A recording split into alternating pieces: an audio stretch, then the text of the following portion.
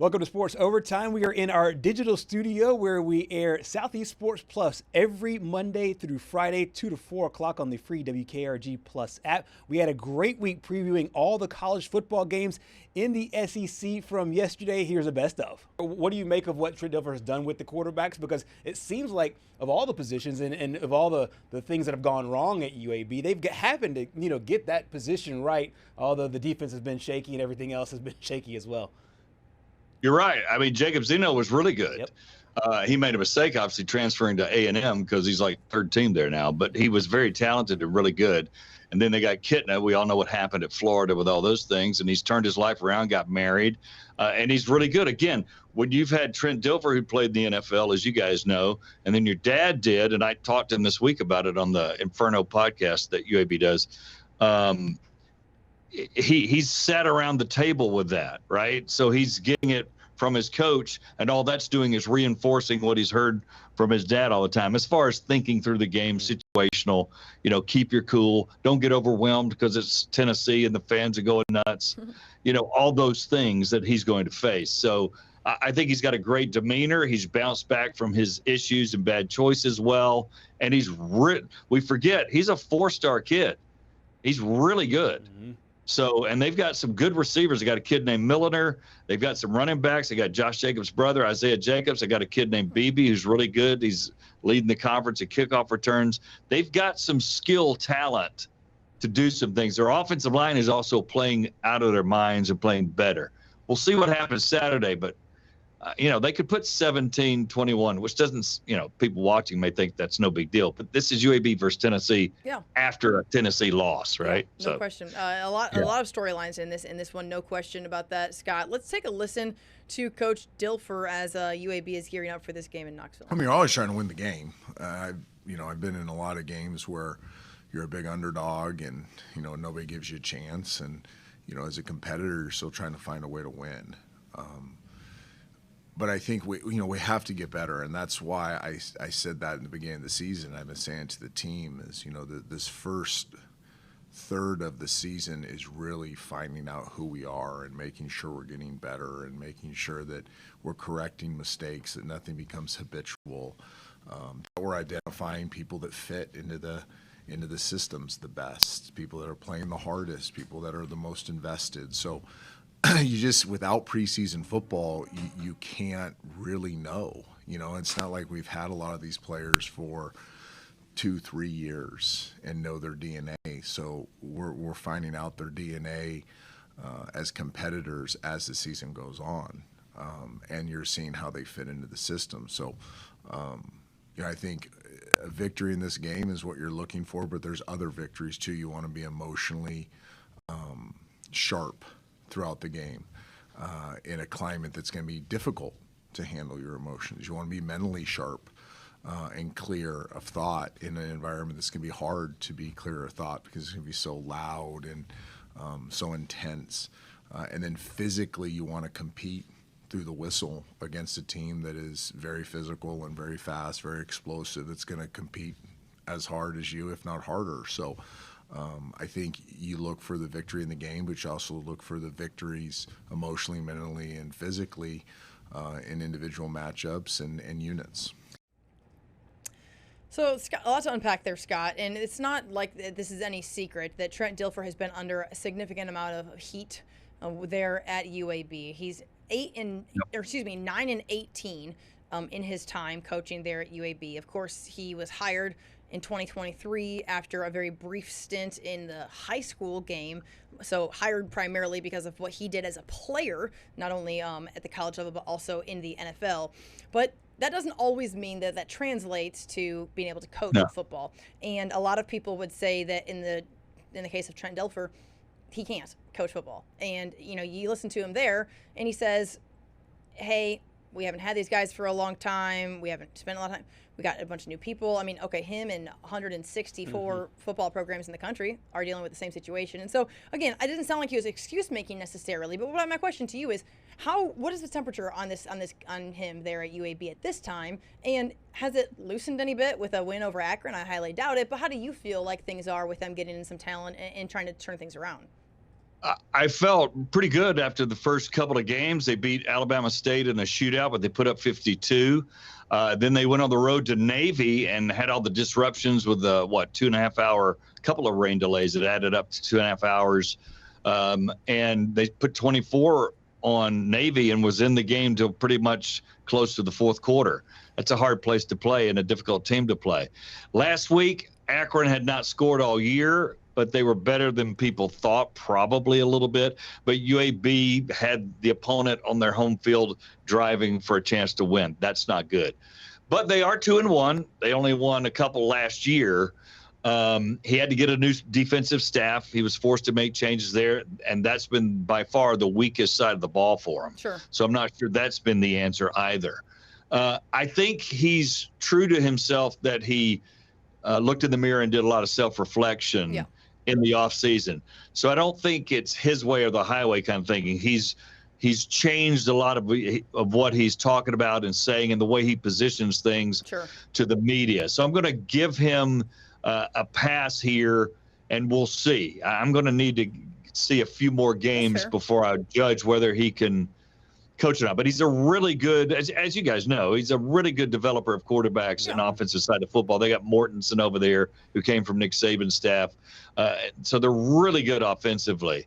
But overall running a program, I don't know. We'll see. I think that, the Michigan game really kind of proved and solidified a lot of the things that, we had been hearing all off season about this team and, their ability to, improve from last year and everything.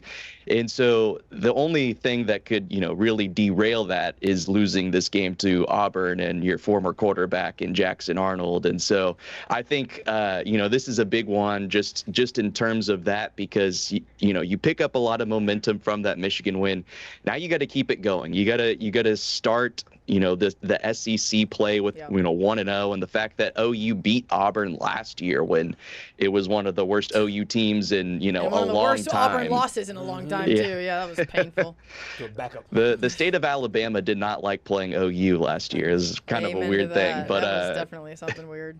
Especially given the fact that Brent Venables was like in turmoil too, and he came over to here and he won a couple games. I mean that's an interesting place to be, no question. Holden, I want to ask, I always get a feel for, obviously we can watch the Oklahoma game and we can see that John Mateer can throw it well, and we can see that the defense is, but I feel like when you're there, boots on the ground, one thing that you can observe and feel and just get a sense of, comparatively speaking, is the fan base and the temperature and the excitement or the disappointment. And is there a guarded hopefulness by the Sooners fan base that this is the year, or is there a quiet confidence or a loud confidence that this is a team that is going to be one of the teams to beat in the Southeastern Conference? OU fans have been hurt a few times in the Brent Venables era so far. So I think that, the guard was definitely up heading into this year. And that Michigan win, the guard's starting to come down and people are, starting to feel the excitement and everything like that. And, I think, you can only lose that by losing to Auburn. So I think you win this game and you're going to be 5-0 heading into the Red River rivalry, which is, pretty, it's basically what you were something different. There's no doubt about that. I think it would be better than any OU fan could have hoped for, being undefeated going into the Red River rivalry. Now that kind of kicks off like a gauntlet of games. So, being 5-0 heading into the Red River rivalry doesn't exactly mean much, because you could easily lose 4 of the next 5 after that. But I feel like you're kind of dismissing Kent State here, and I really don't. I really don't think that, as a former MAC person myself, that I really appreciate that type of context there, Holden. Just want to put that out there. Yeah, I mean, you guys were talking about a potential letdown game with at Temple, so maybe you beat Auburn, and the guard's down, Kent State comes into Norman, and well, actually, they sure beat them like they were UMass. No, I did. I know, that was on me. That was on me, dog. That was on me. I love it. Oh, you talked about John Mateer, but I want to talk a little bit about Ben Arbuckle and the way that he will attack this Auburn defense. So far this season, they've been able to stop the run at a really solid rate. And to me, the defense, the secondary has been solid as well. What do you figure that Arbuckle will do, given this game is at home, given this game is a really nice environment? Do you think he'll play off the crowd and let it rip, or do you think he'll just try to ground and pound and shorten the game down with the run offense? Yeah, I think one thing I've kind of noticed about Ben Arbuckle is his style isn't like set in stone, and he kind of seems to be able to adapt to whatever he thinks is the best game plan to defeat a defense that he's going against, whether that's running the ball, passing it, running with his quarterback, as he did a lot against Michigan. John Mateer carried the ball a lot in that win against Michigan. So he's not afraid to, really kind of mix things up and, change the offense up and into whatever he thinks is going to help them win the game. And whether that's running the football, throwing the football, I do think they have to establish the run. And one of the things that we continue to talk about is just the fact that, like, where the heck is Jay Knott in all of this discussion? Because he has been basically a complete non-factor in their first 3 games against 2 bad opponents and a good opponent. He's barely seen the field, and that's kind of a perplexing thing. They do really like Torrey Blaylock, though, out of the backfield. He won SEC Freshman of the Week for his performance against Temple, and he seems to, really kind of be leading this backfield at this point. And they like Javonte Barnes kind of spelling him a little bit, and they've mixed in Xavier Robinson. You got to be able to run the ball, but like you said, Auburn, it's kind of hard to run the ball against them. So we'll see. It kind of seems like they'll probably rely on Mateer to kind of, bail them out. And I mean, it's a good option to have if you're relying on John Mateer to bail you out, because he's pretty good at being able to do that. Stay with us here on Sports Overtime. And of course, you can watch our show Monday through Friday on your free WKRG Plus app. Catch us on your Roku, Apple TV, or Fire TV device. Kind of goes to the notion of Arkansas wanting to be kind of an everything school. Not like Kentucky, where it's purely basketball, or Kansas, where it's purely basketball, or Duke, and no disrespect for the other programs, and not like an Alabama or Oklahoma or Michigan, where it's hyper fixated on football. But Arkansas believes that they could be one of those teams that kind of competes in no matter what season you're in, your fall, winter, spring. Talk a little bit about that now that you're on the outside looking at it from Little Rock and seeing it from a state perspective and not hyper-focused right there in Fayetteville, just on how they think their athletics program can be. Well, yeah, they definitely are an everything school. That's what they want to brand themselves as.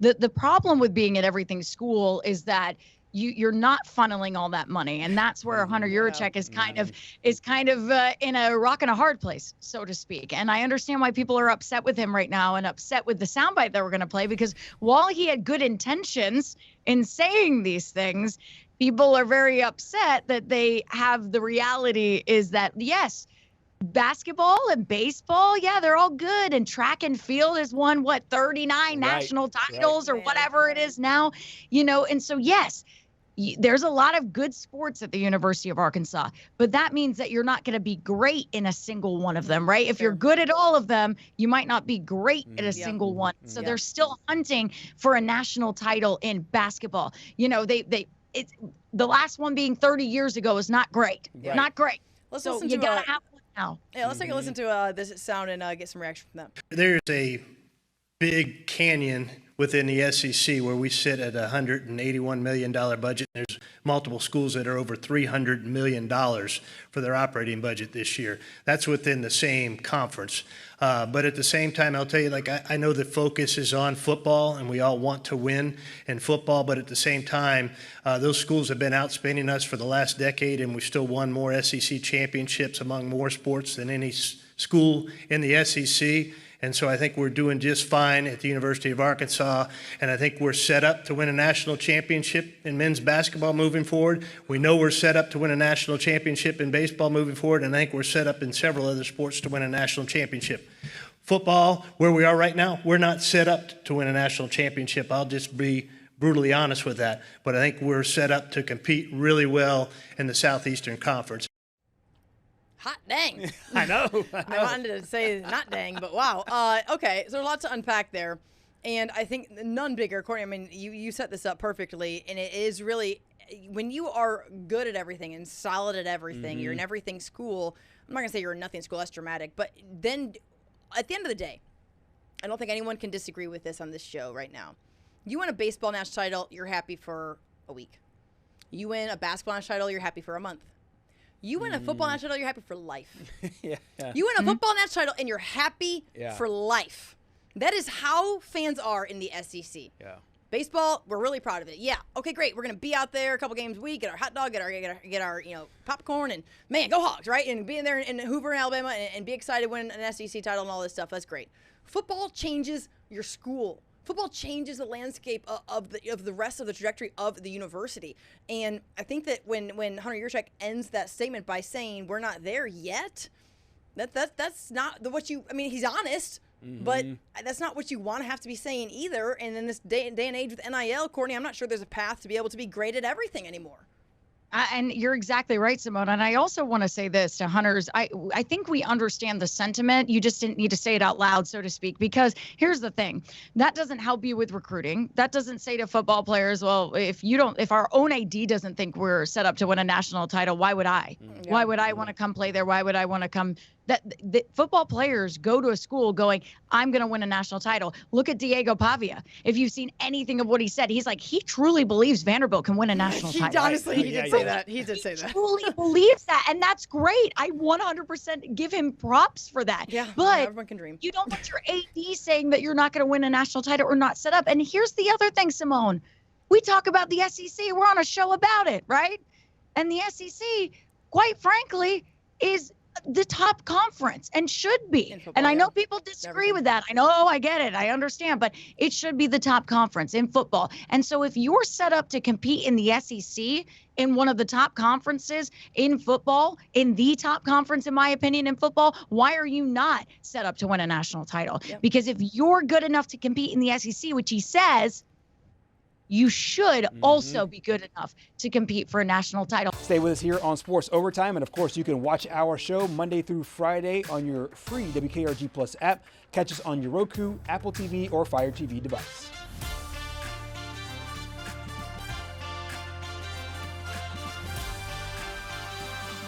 I think Vanderbilt's done what they are supposed to do. And if they continue to take care of business, the poll will speak for itself as everything else plays out across the country. It's a very sober approach. I really, really love it. And I'm with you. I do think from an evaluation standpoint, I think we should wait till 3-4 weeks into the season. But of course, the polls and the preseason polls, they're just fun. You know, it's like, oh yeah, well, a good chance to talk about these teams and whatnot. And so it's really interesting. But and I like that insight. We'll continue to get your insights on the way that you vote as the season goes deeper and these games mean more and more. I had one last question for you before we let you go. It's an off the field question. It's Diego Pavia, and there might not be a bigger celebrity quarterback right now in all of college football. His name was this guy, man. I know this guy. He was all mentioned in celebrity gossip this week and celebrity talk this week because he got thrown in there with the comedian Theo Vaughn, and he said something about Tate McRae and wanting to go on a double date and his mom. What do you make of what's going on there? Because Nashville has kind of become almost a celebrity town. It's akin, in my opinion, not obviously the same as LA, who you're very familiar with, or New York, but it's its own. Austin and Nashville have this own little flavor of like a hotbed of celebrities, and it feels like he's gone right into it. What do you make of this whole Tate McRae, Theo Vaughn, Diego Pavia? The floor is yours. All I'm saying is, man, I hope it happens for the guy because that would be a good get on his part. Yeah. I mean, that would be awesome. And to have a guy like Theo Vaughn, who actually records his podcast in Nashville, he actually goes to the same haircut place that I go to here in Nashville. And they say he's a funny guy. He's obviously Nashville through and through. And if you've seen his stuff, he's a pretty funny dude. But yeah, if that happens for Diego Pavia, awesome. I asked Diego at SEC Media Days jokingly, I was like, do you even have to pay for a meal in Nashville anymore? And he gave me the PR answer. It was like, I don't know what my NIL situation is when it comes to that, but it's been fun. So if Tate McRae does accept that date, right, it's going to be free of charge. Diego could go anywhere, and they'll take care of him. So that may be enticing for Tate to do it. If this is a call to action for that right now, because that would be crazy if that got to work. The powers that be of social media and influencing, huh? I know. I have a niece who's 15 years old, and she loves her some Taylor Swift, and she loves her some Tate McRae, and this could be like the college version of what Travis and it's my and Taylor are. fiance's one of her favorite Tate artists. McRae is? Yeah. Yeah. I wasn't very familiar with her music until my niece brought her along. But you certainly have a whole bunch of stuff, interesting stuff to cover, both on the field and off the field as well. Julian, we always appreciate your time. Thank you so much for joining us. Thank you so much for joining us here on Sports Overtime. Be sure to join us Monday through Friday, 2 to 4 o'clock on the free WKRG Plus app. You find us on Roku, Fire TV, or Apple TV device. Good night.